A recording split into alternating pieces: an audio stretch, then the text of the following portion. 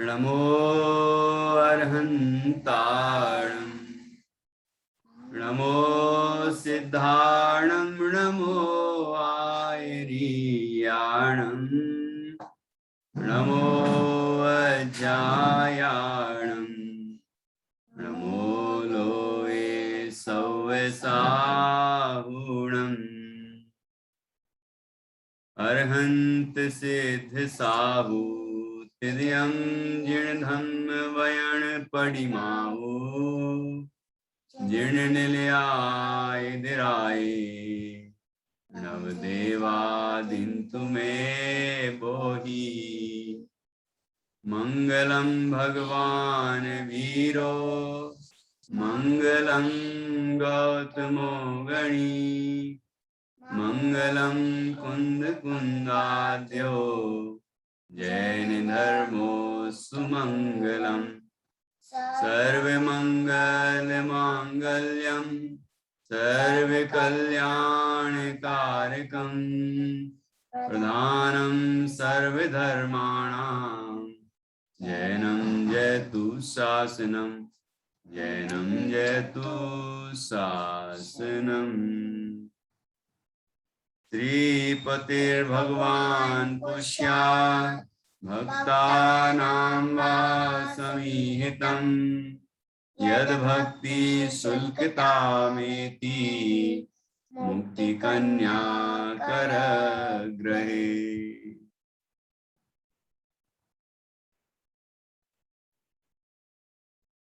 आचार्य श्री बादीव सेन द्वारा रचित यह है छत्र चूड़ामणि, अपर नाम जीवनधर चरित्र है। इसका 11वां और अंतिम लंब चल रहा है और वह भी समापन की ओर है। यहाँ जीवनधर कुमार को बंदरों की घटना देखकर संसार शरीर भोगों से विरक्ति हुई।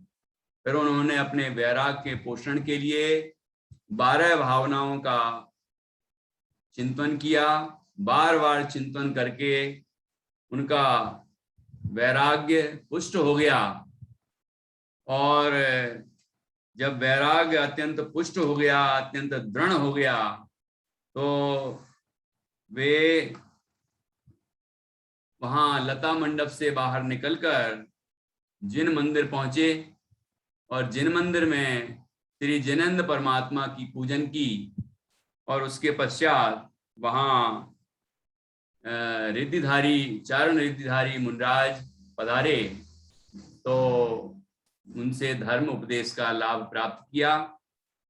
धर्म उपदेश प्राप्त करके उन्होंने मुनिराज से कुछ प्रश्न किए, अपने पूर्व जन्म के बारे में जानने की उनको जिज्ञासा हुई और उन्होंने पूछा कि इस जन्म में मैं राजा का पुत्र हुआ, लेकिन मेरा जन्म शमशान में हुआ, मेरा देश छूट गया। जब सेठ गंधोत्कच ने उन्हें पाला तो उस समय काष्टांगार ने उन्हें बंदी बनाया, तो वो बंधन में पड़े। उसकी घटना भी आपको मालूम ही है। यद्यपि वो चाहते तो बंधन में नहीं पड़ते, लेकिन पिताजी ने हाथ पीछे कर दिए और बंधवा दिया, क्योंकि वो राजाज्ञा का पालन करना चाहते थे। उन्हें मालूम नहीं था कि काष्टांगार इतना दुष्ट होगा और इतना क्रूर होगा कि उनके पुत्र को मारने का आदेश दे देगा।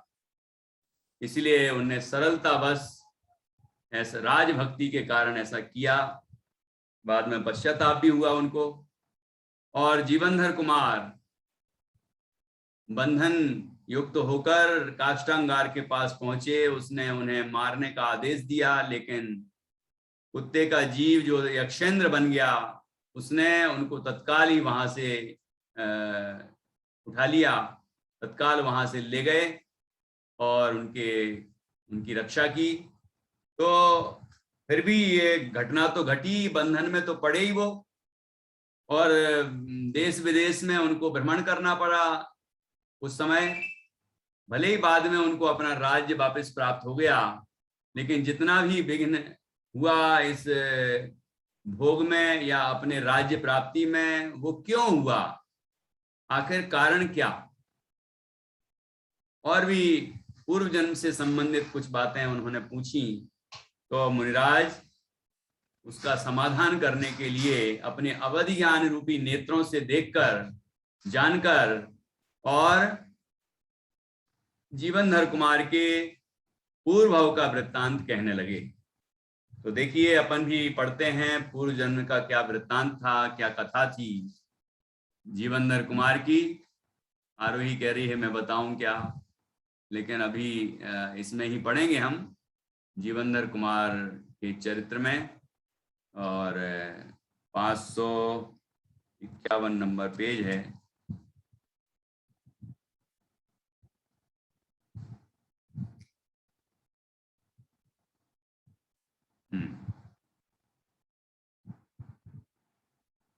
देखिए, उपकथा नाम दिया जाता है ना, कोई विशेष कथा शुरू होती है तो उपकथा।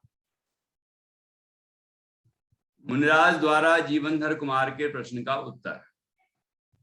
मुनिराज ने कहा, हे राजन,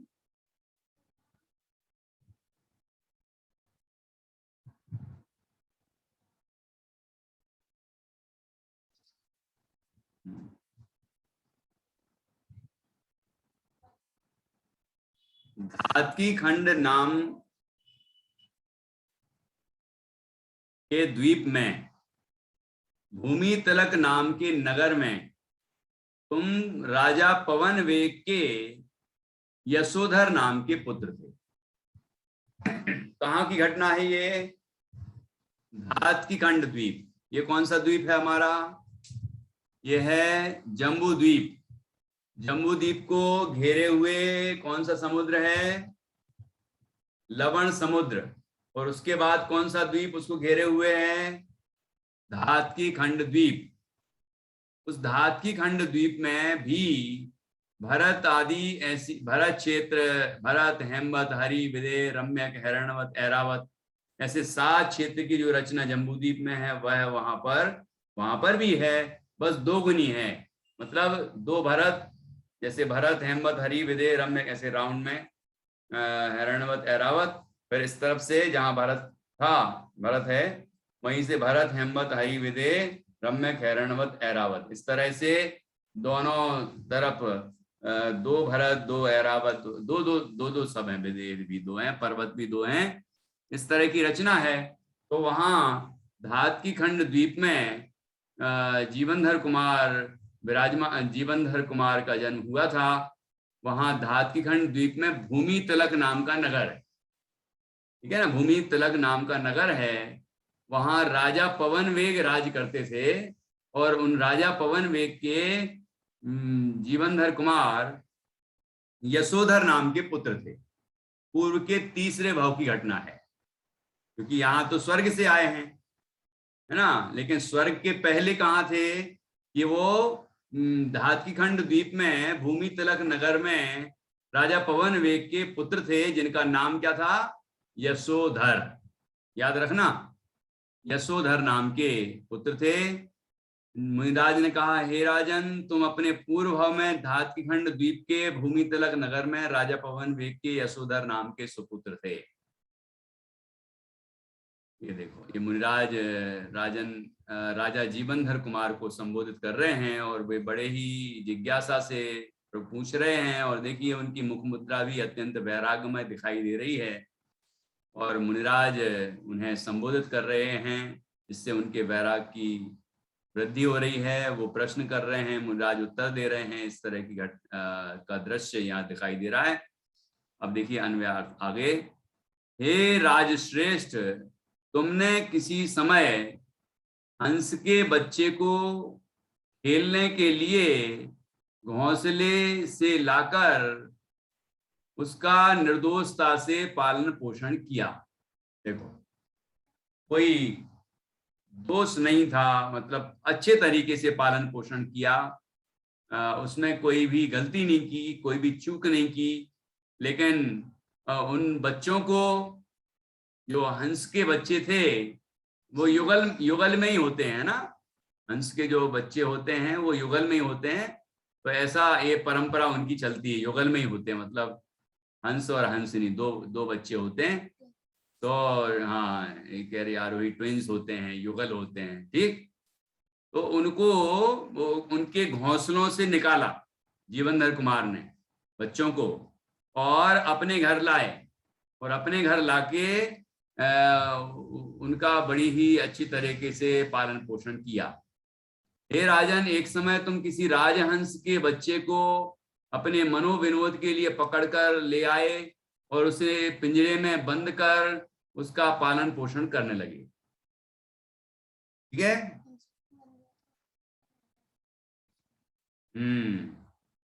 ठीक है। देखो फिर क्या हुआ। उस समय उस तुम्हारे धर्मात्मा पिता ने यह बात कहीं से सुनकर तुमको धर्म का उपदेश दिया, जिस उपदेश के सुनने से तुम अत्यंत धर्मात्मा बन गए। कि आपके पिताजी को मतलब किनको, क्या नाम था उनका, पिताजी का नाम क्या बताया? बताओ नित्या। पवन वेग। बहुत सुंदर, बहुत बढ़िया।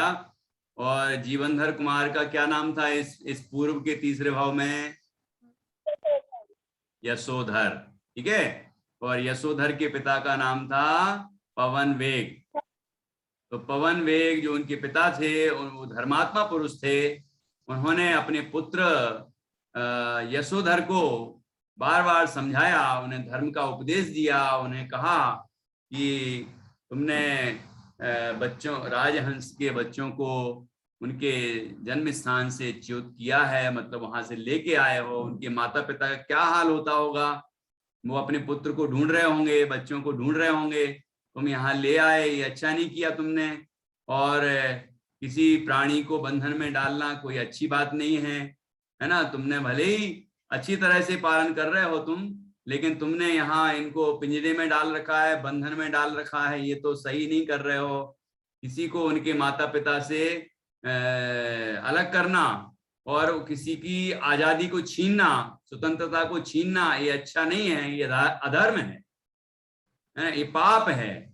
ऐसा जब उनको समझाया तो यशोधर राजकुमार को भी बात समझ में आई और वे भी धर्मात्मा हो गए, मतलब उन्हें भी धर्म बुद्धि जागृत हुई, दया प्रकट हुई और उन्हें अपनी गलती का एहसास हुआ, अनुभव हुआ।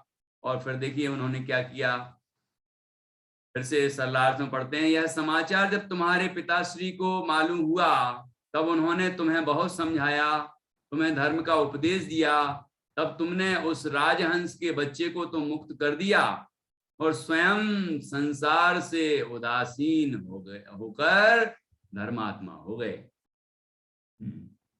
ये उन बच्चों को तो वापस भेज दिया उनके माता पिता के पास, मतलब राजहंसों के पास, और खुद संसार से विरक्त हो गए।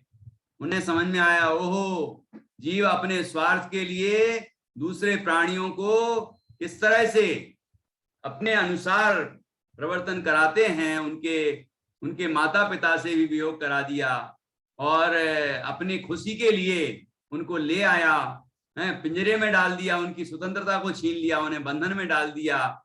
ये संसार स्वार्थ का है, मैं ऐसे स्वार्थी संसार में नहीं जीना चाहता, मैं तो अब मोक्ष की साधना करूंगा। इस तरह संसार से वो उदासीन हो गए, विरक्त हो गए और धर्मात्मा बन गए। देखिए आगे क्या हुआ। फिर पिता से रोके हुए भी तुम अत्यंत वैराग्य के कारण 8 स्त्रियों सहित दिगंबर मुनि एवं तुम्हारी स्त्रियां आरिका हो गईं। यहाँ राजा यशोधर लिखा हुआ है, तो पिताजी ने उनको राज्य दे दिया होगा, लेकिन वो पिताजी ने भी तो दीक्षा नहीं ली है अभी, देखिए, ठीक है। लेकिन राजा बन गए होंगे तभी महाराज लिखा है यहाँ पर, राजा यशोधर, बाकी वहां तो राजकुमारी हैं। तो जो भी है, तदनंतर तुम्हारे पिता राजा पवन वेग ने, यहाँ राजा तो पवन वेग हैं अभी, तो वहां पर जो लिखा हुआ है वो मूल में तो नहीं है, चलिए कोई बात नहीं, यहाँ पर अपन जो लिखा है उसको ही मुख्य आधार बनाएंगे। तुम्हारे पिता राजा पवन वेग ने तुम्हें बहुत समझाया, मुनि दीक्षा से रोकने के लिए बहुत प्रयास किया, परंतु अत्यंत तीव्र वैराग्य के कारण तुमने उनकी बात नहीं मानी तथा दीक्षा धारण कर दिगंबर मुनि बन गए। देखो, और उसी समय तुम्हारी 8 पत्नियों ने भी आरिका के व्रत धारण किए। ठीक है, तो जीवनधर कुमार जो पूर्व भाव में यशोधर नाम के राजकुमार थे, उन्होंने संसार शरीर और भोगों से विरक्त होकर दीक्षा धारण कर ली, और उनने जब दीक्षा धारण की तो उनकी जो 8 पत्नियां थीं, उन्होंने भी आरिका के व्रत ले लिए। तो आरिका के व्रत अभी अपन ने वर्तमान भाव में देखा है, जीवनधर कुमार की दोनों माताओं ने भी आरिका के व्रत लिए, राजमाता विजया और राजमाता सुनंदा ने भी आरिका के व्रत लिए। तो आरिका की थोड़ी सी पहचान बताएंगे आप लोग, कौन बता सकता है? आरिका कैसी होती हैं, क्या क्या धारण करती हैं, क्या होता है उनके पास, कैसे पता चले कि आरिका है, उनकी पहचान बताओ, कौन बताएगा? चारों ही बता रही है, बोलो। आरिका माता मात्र एक साड़ी धारण करती हैं और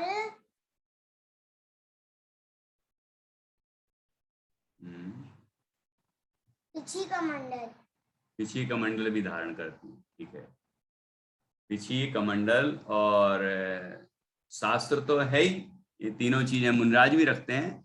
ठीक है, पिछी कमंडल और शास्त्र रखती हैं, और इसके एक साड़ी मात्र धारण करती हैं, एक अखंड साड़ी होती है, वह ही वो धारण करती हैं मात्र, ऐसा। और इतने बढ़िया तरीके से उसको धारण करती हैं कि शरीर पूरा ढका रहता है, मात्र चेहरा दिखता है, इतने हाथ दिखते हैं, है ना, और इतने ही पैर दिखते हैं, बाकी पूरा पूरा शरीर ढका रहता है। ऐसे वो अपने शील की सुरक्षा करती हैं। और वो श्रावक हैं कि मुनि हैं, कौन बताएगा? वो श्रावक पद में आएंगी कि मुनि पद में आएंगी, कौन बताएंगे? प्रतिष्ठा की मम्मी दीपा जी बताएंगी, निधि जी कोई बताएंगे, नित्या? देखो पता होना चाहिए। अभी अपन ने चर्चा की थी, जब राजमाताओं ने दीक्षा ली थी तो वहां पर आया था कि सभी पुरुषों को मुनि दीक्षा लेने के भाव होने चाहिए, तभी वो श्रावक हैं, और उस तरह का अभ्यास करना चाहिए, और महिलाओं को आरिका बनने के भाव आना चाहिए, और उन्हें भी उस तरह के अभ्यास करना चाहिए। तो इसके लिए जानना तो पड़ेगा कि आरिका माता जी जो होती हैं, अर्जिका भी बोलते हैं, आरिका भी बोलते हैं, तो वो आरिका जी कौन हैं, है ना, उनकी कौन सी पदवी है, और उनके कौन से व्रत और नियम होते हैं, ये ज्ञान तो होना चाहिए। उनकी साधना किस तरह होती है ये पता होना चाहिए, तभी तो हम जान पाएंगे कि वो कैसे हम आरिका बनेंगे, है ना। हाँ, तो आरोही बता रही है, बोलो आरोही। आरिका माता श्रावक होती हैं। श्रावक जो 11वीं प्रतिमा होती है ना, उद्दिष्ट त्याग प्रतिमा, उद्दिष्ट त्याग प्रतिमा में क्षुल्लक, क्षुल्लिका, एलक और आरिका, ये चारों होते हैं। क्षुल्लक और क्षुल्लिका, क्षुल्लक एक, हाँ, क्षुल्लक की क्या पहचान है, ये कविता भी है अपने, आपको सिखाई है नित्या। प्रतिष्ठा सबको सिखाई है। हाँ बोलो आरोही। हाँ परिधान कविता मत सुनाओ, लेकिन वो बात बताओ। क्षुल्लक जी के पास क्या होता है, कितने वस्त्र होते हैं? क्षुल्लक जी के पास एक लंगोट होती है और एक खंड वस्त्र होता है। हाँ एक खंड वस्त्र होता है, एक लंगोट और एक खंड वस्त्र होता है। नित्या बताओ तो जरा मैत्री, ये खंड वस्त्र का मतलब क्या है? खंड वस्त्र का मतलब, आरोही बताओ। खंड वस्त्र का मतलब अगर अपन उसे ओढ़ना चाहें तो अपन अगर मुंह ढकना चाहे तो पाँव नहीं ढक पाएंगे, और अगर पाँव ढकना चाहे तो मुंह नहीं ढक पाएंगे। समझ में आया? इसको कहते खंड वस्त्र। ये इतना इस तरह का वो वस्त्र होता है, मतलब दुपट्टा ही है ना, लेकिन वो दुपट्टा कभी ओढ़ते हैं तो पैर से ओढ़ेंगे, पैर से दबा मतलब वहां से ओढ़ना शुरू करेंगे तो सिर नहीं ढकेगा, यहीं तक रहेगा। और यदि सिर ढकना चाहा तो सिर से ढकेंगे तो पैर नहीं ढकेंगे। इसको बोलते हैं खंड वस्त्र। ऐसा क्यों? कि वो उनको बार बार ये अनुभव हो कि मुझे ये भी छोड़ना है, ये भी त्याग करना है ना। तो इस तरह की भावना होना चाहिए। तो ये तो क्षुल्लक जी हुए, है ना। ऐसे ये क्षुल्लक जी के जो नियम हैं वो छुल्लिका जी के भी होते हैं। वो स्त्रियों में छुल्लिका जी बनते हैं। ये सभी 11वीं प्रतिमा वाले होते हैं, है ना। श्रावकों में उत्तम उद्दिष्ट त्याग प्रतिमा होती है ना। और एलक और आरिका जी ये भी समान पद वाले होते हैं। अब एलक जी की क्या पहचान है? हाँ बोलो। एक लंगोट मात्र धारण करते हैं, पिछी कमंडल शास्त्र तो इनके पास भी होता है, वो तो चारों के पास होता है। ठीक है, मतलब 4 में हाँ मुनिराज के पास तो होता ही है। अभी अपन 4 की बात कर रहे हैं। क्षुल्लक, छुल्लिका, एलक और आरिका, चारों के पास पिछी, कमंडल और शास्त्र होता है। बाकी वस्त्रों में जो अंतर है वो हमें समझना है, जिससे दूर से ही समझ में आ जाए कि ये क्षुल्लक जी हैं, ये आरिका जी हैं, ये एलक जी हैं, है ना, ये छुल्लिका हैं, ऐसा समझ में आ जाना चाहिए। तो उसकी पहचान हमें करना है। तो एलक जी के एक लंगोट मात्र होती है, वो खंड वस्त्र नहीं होता, ठीक है ना, उसका भी त्याग कर देते हैं वो। और उनके नियम भी थोड़े विशेष हो जाते हैं। और आरिका जी जो होती हैं उनकी बताई थी, एक साड़ी होती है ना, पीछे कमंडल शास्त्र होता है। तो इस तरह से ये पद होते हैं। अब इनमें जो क्षुल्लक और छुल्लिका हैं वो स्वयं के केस लॉन्च भी कर सकती हैं और कैंची या उस्त्री से अपने बाल बनवा सकती हैं। ये उसमें क्षुल्लक और छुल्लिका में होता है। लेकिन जो एलक और आरिका होती हैं वो केस लॉन्च ही करते हैं, ठीक है ना, केस लॉन्च ही करते हैं, उनके लिए ऑप्शन नहीं है। और ये चारों ही जो आहार लेते हैं तो ये बैठ के ही आहार लेंगे, है ना। श्रावक कोई भी हो उसे बैठ के ही आहार लेना चाहिए। जो खड़े खड़े आहार लेते हैं, मतलब भोजन लेते हैं, वो उन्मार्गी हैं, मिथ्या दृष्टि हैं, ऐसा लिखा है। श्रावक को बैठ के शांतिपूर्वक भोजन लेना चाहिए, ठीक है ना। और मुनिराज को खड़े खड़े आहार लेना चाहिए। चलिए एक मिनट, हाँ निधि जी कुछ पूछ रही हैं, पूछिए। भैया जी शुल्लिका और आरिका में क्या डिफरेंस होता है? हाँ छुल्लिका और आरिका में क्या अंतर होता है? हाँ बोलो आरोही। जो छुल्लिका होती है वो एक सूट भी सूट क्या है?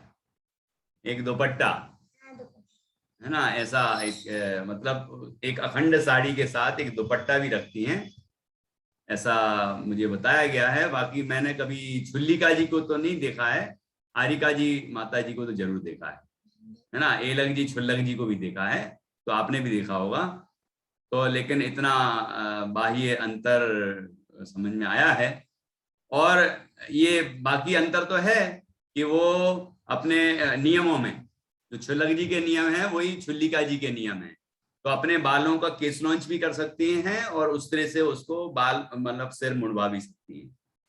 दूसरा, दोनों ही क्षुल्लक और छुल्लिका दोनों पात्र में भोजन करते हैं।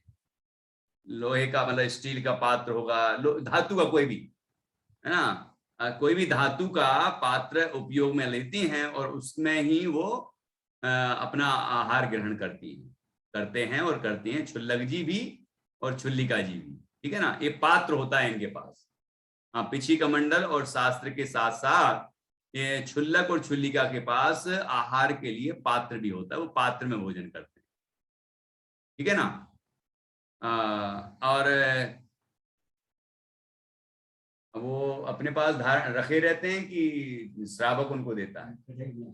अच्छा, उनके पास स्वयं का होता है पात्र। ठीक है, तो इस तरह से ये क्षुल्लक छुल्लिका हो गए। और एलक और आरिका जो हैं वो पानी पात्र में ही आहार करते हैं। पानी पात्र समझ गए, हाथ में, जैसे मुनिराज आहार करते हैं ना वैसे, लेकिन ये बैठ के करेंगे। एलक जी छुल्लक जी बैठ के आहार करेंगे, मुनिराज ही खड़े खड़े आहार करते हैं और कोई नहीं करता। और पूर्ण दिगंबर निर्ग्रंथ दशा मुनिराज की ही होती है, बाकी किसी की नहीं होती। ठीक है ना। और बाकी एक बार ही भोजन करते हैं, ये तो सभी के लिए है, एक बार ही आहार करेंगे। ठीक है, और उनकी सबकी अपनी अपनी अलग विधि है, उस विधि पूर्वक आहार करेंगे। ठीक है, और ऐसे और उत्कृष्ट एलक क्षुल्लक सभी 11वीं प्रतिमा वाले हैं। तो 11वीं प्रतिमा वाले हैं मतलब 11 प्रतिमाओं का पालन करेंगे, जो नियम है। 11वीं में है तो 11 पूरी पालेंगे ना, मतलब दर्शन विशुद्धि से लेकर, मतलब दर्शन प्रतिमा से लेकर पूरी जो प्रतिमा उद्दिष्ट त्याग प्रतिमा है वहां तक की सभी 11 प्रतिमाओं का ये जो नियम है, व्रत हैं, उनका पालन करते हैं। 12 व्रतों का पालन करते हैं। ठीक है ना, अनुव्रती होते हैं ये, और देश संयमी होते हैं। 2 कसाय चौकड़ी का अभाव होता है, मिथ्यात्व के साथ साथ मिथ्यात्व का भी अभाव है और 2 कसायों का भी अभाव है, अनंतानुबंधी और अप्रत्यक्षानुवर्ण। इस तरह ये चारों का सामान्य स्वरूप है। अब प्रत्यक्षानुवर्ण, जो प्रत्यक्षानुवर्ण है उनका एलक और आरिका जी के मंद उदय है और उनके थोड़ा तीव्र उदय है, इसलिए उतना ही त्याग है उनके, इनके थोड़ा ज्यादा त्याग है। इस तरह से ये चारों में अंतर है। तो इनका स्वरूप हमें गहराई से समझना चाहिए। ज्ञानानंद श्रावकाचार्य यदि आपके पास हो तो उसमें भी ये एलक जी क्षुल्लक जी के नियम क्या होते हैं, आरिका जी के क्या नियम होते हैं, थोड़े बहुत बताए हैं ज्ञानानंद श्रावकाचार्य। और मैंने जो पढ़ा अभी वो तत्वार्थ सूत्र की टीका है पंडित चेतन दास जी की। पंडित चेतन दास जी ने 7वें अध्याय के 20वें सूत्र में, 7वां अध्याय है तत्वार्थ सूत्र का, उसके 20वें सूत्र में इनका सबका स्वरूप बताया है। क्योंकि वो अनुव्रतो अगारी इस तरह सूत्र है 20 नंबर का 7वें अध्याय में, तो उसकी व्याख्या करते हुए सारा 11 प्रतिमाओं का भी उल्लेख किया है और इन चारों का स्वरूप भी बताया है। तो उस टीका में मिलेगा। आप दूसरी टीका खोजेंगे इसी सूत्र की तो शायद पूरा नहीं मिलेगा। तो पंडित चेतन दास जी द्वारा रचित ये टीका है तत्वार्थ सार नाम से, तो उसमें वचनिका में है। तो इस तरह से, और पंडित आसाधर जी द्वारा रचित जो सागार धर्मामृत यदि आपके पास हो, सागार धर्मामृत, उसमें भी उसके आधार से ही उन्होंने लिखा है, उल्लेख है। ठीक है ना। तो इस तरह से उन 8 पत्नियों ने आरिका के व्रत लिए। तो अपन ने ये चर्चा की कि आरिका के व्रत लिए मतलब क्या किया उनने, कि उनने समस्त परिग्रह को छोड़ दिया और जो गणनी आरिका होती हैं उनसे वो दीक्षा लेते हैं और उन्होंने एक साड़ी मात्र परिग्रह रखा है और पिछी कमंडल और शास्त्र है उनके पास, इतना ही मात्र रखते हैं, इसके अलावा कोई परिग्रह नहीं होता है। अनुव्रत धारण करते हैं, 12 व्रतों का पालन करते हैं, 11वीं प्रतिमा है, उद्दिष्ट त्याग है, मतलब उनके उद्देश्य से बना हुआ आहार वो ग्रहण नहीं करते हैं, है ना। इस तरह उनका बहुत महान तपस्या होता है। और उपचार से आरिकाओं को महाव्रती भी कहा जाता है, क्योंकि स्त्री पर्याय में इससे ऊपर अवस्था अंगीकार नहीं कर सकते हैं, तो वह उपचार से महाव्रती भी कही गई हैं। इस तरह वो महान व्रतों का पालन करती हैं, ऐसी आरिका माता जी होती हैं। और उन 8 पत्नियों ने, यशोधर राजकुमार की पत्नियों ने आरिका के व्रत धारण किए। इस तरह से अपन ने चर्चा की, और फिर थोड़ा सा और रह गया, वो करके अपना आज की क्लास पूर्ण करेंगे। देखो क्या कहा आगे,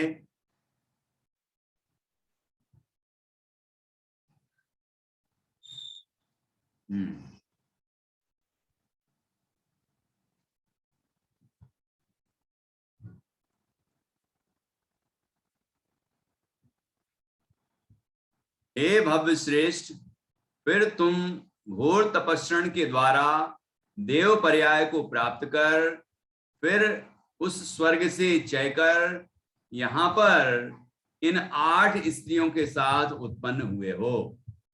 तो यहाँ से यशोधर मुनिराज ने, ये यशोधर मुनिराज वो नहीं है, है ना, इसलिए यहाँ पर जो पूर्व भाव की चर्चा है उसमें इनका जीवनधर कुमार का पूर्व के तीसरे भाव में यशोधर नाम था, तो ये मुनिराज का नाम क्या होगा, यशोधर मुनिराज। तो उन्होंने महान तपस्रण किया और जिससे वो देव पर्याय को प्राप्त हुए, मतलब इस पर्याय में मोक्ष नहीं हुआ, देव पर्याय को प्राप्त हुए।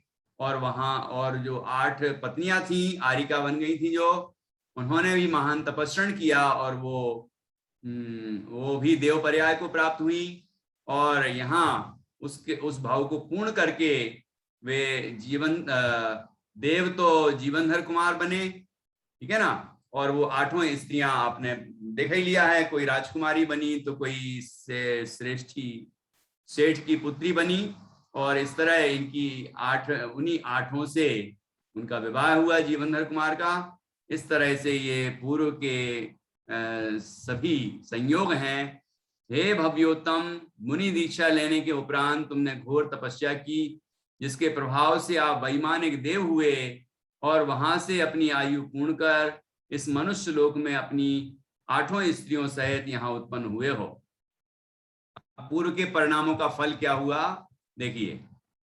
इसलिए पूर्व जन्म में हंस के बच्चे को उसके स्थान और माता पिता से वियोग करने से तुम्हारा स्थान और माता पिता से वियोग, और उस बच्चे को पिंजरे में बंद कर रोकने से तुम्हारा बंधन हुआ। ये 2 घटनाएं जो घटी ना, ये क्यों घटी कि उन्होंने उस हंस के बच्चे को उसके जन्म स्थान से, घोंसले से निकाला था, है ना, और अपने घर लाए थे, तो उसके जन्म स्थान से हटाया ना, इसलिए ऐसा कर्म बना। वो देखो तपस्या, इतनी महान तपस्या की, लेकिन वो कर्म बना रहा। नहीं तपस्या करते तो क्या होता, सोचो कैसे बंधन में पड़ते और क्या स्थिति बनती। तो तपस्या करने पर भी थोड़ा सा कर्म तो बाकी रह गया ना, तो उनका अपने जन्म स्थान से वियोग हुआ और माता पिता से भी वियोग हुआ और उन्हें उनके बिना ही रहना पड़ा, ठीक है ना। और उसके बाद जैसे कि उस बच्चे को उन्होंने पिंजरे में बंद करके रखा था, इसीलिए इनका भी बंधन हुआ। काष्टांगार ने इनको बंधक बनाया, तो ये अब उनके ही पूर्व जन्म का ये फल था। इसलिए हमें इन बातों का विशेष ध्यान रखना चाहिए और ऐसे कार्य नहीं करने चाहिए जिससे कि हमें पाप का बंध हो। नहीं तो ऐसे पाप फिर हमें उदय में जब आएंगे तो बड़ी तकलीफ होगी। तो उस दुख से बचना है तो हम ऐसे काम नहीं करें।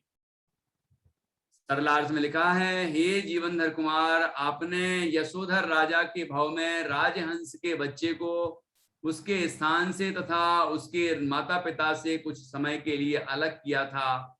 उन परिणामों के फलस्वरूप आपको इस मनुष्य भाव में अपने राज्य पद और माता पिता के वियोग के दुख को अनेक वर्षों तक भोगना अनिवार्य हो गया। आपने राजहंस के बच्चे को पिंजरे के बंधन में डाला था, अतः उसके फलस्वरूप आपको काष्टांगार के बंधन में रहना पड़ा। इस प्रकार जीवनधर कुमार का पूर्व भाव मुनिराज ने बताया। अब उस कथा को सुनकर जीवनधर कुमार की क्या मन स्थिति हुई, उनके मन का जो वैराग्य भाव है वो कितना प्रगाढ़ हो गया और मजबूत हो गया, और वो फिर दीक्षा लेने के लिए तत्पर होते हैं। लेकिन अभी दीक्षा लेंगे कि थोड़ी देर बाद लेंगे और कहाँ लेंगे वो दीक्षा, ये चर्चा हम कल करेंगे। और बहुत ही सुंदर कथा है ये, इसको सभी अच्छे तरह से याद करें, इसका मनन करें, और हम भी ये विचार करें कि जो भी हम करते हैं, यही दो बातें नहीं, जो भी हम करते हैं, जो भी हमारे भाव होते हैं, इन भावों का क्या फल लगेगा, ऐसा विचार हमें करना चाहिए। इससे हम पापों से बचेंगे और धर्म कार्य में लगेंगे तो निश्चित रूप से हमारा कल्याण होगा, हम सभी का कल्याण हो, यही मंगल भावना है। इस तरह आज की चर्चा हम यहाँ पूर्ण करते हैं और संक्षिप्त में जिनवाणी स्तुति करेंगे।